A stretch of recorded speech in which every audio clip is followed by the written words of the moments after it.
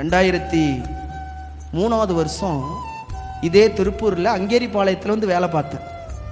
ஒரு கம்பெனியில், சந்தோஷ் கம்பெனின்னு ஒரு கம்பெனி, லோட்டஸ், அந்த 2 கம்பெனி இருந்துச்சு. எங்கள் விசுவாசி ஒருத்தவங்க இருந்தாங்க, எங்கள் சபைக்கு போகிற அக்கா ஃப்ரெண்ட்ஸ் மூலமாக. அப்போ அந்த அக்கா சொன்னாங்க, இந்த பகுதியில் ஊழியம் செய்யணும் ஜோஸ்வா அப்படின்னாங்க. சரின்ட்டு வீட்டுக்கு போயிட்டு நானும் ஒரு சகோதரனும் கிளம்பி எப்படியாவது ஊழியம் செய்யணுமேனா காசு இல்லை. எங்கள் தங்கச்சி 9th படிக்கிறாங்க, ஸ்கூலில் காதலில் கம்மல் போட்டிருக்காங்க, காசு கிடையாது. போய் தங்கச்சியை கூப்பிட்டு, அம்மாவுக்கு ரொம்ப சீரியஸாக இருக்குது, இந்த நகையை கொடுத்தா தான் அம்மாவுக்கு ஆந்து பண்ண முடியும் அப்படின்னு சொல்லி எங்கள் தங்கச்சி பயந்துட்டு கலட்டி கொடுத்துட்டு கொண்டு வந்து அதை பேங்கில் அடமானம் வச்சுட்டு அடித்து திருப்பூர் கிளம்பி வந்தாச்சு. இங்கே வந்து குமார் நகர், இந்திரா நகர் இந்த பகுதியெல்லாம் கைப்பிரதி ஊழியம் செய்கிறோம். திரும்பி எப்படி வீட்டுக்கு போகிறது?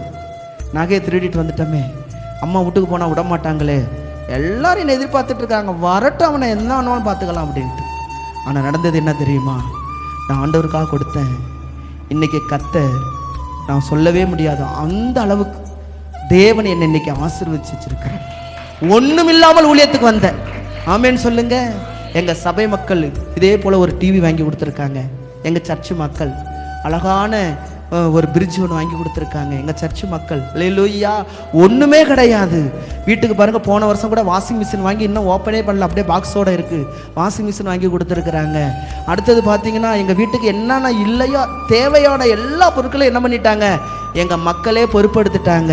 நான் எதையெல்லாம் ஆண்டவருக்கு கொடுத்தனோ அதெல்லாம் திரும்பி வந்துக்கிட்டே இருக்கு. கரங்களை உயர்த்தல இல்லையா சொல்லுங்க. நான் இன்னைக்கு உங்களுக்கு தீர தரிசனமாக சொல்கிறேன், நீங்கள் தேவனுக்கு எதெல்லாம் கொடுக்குறீங்களோ அதெல்லாம் நிச்சயமாக வரும்.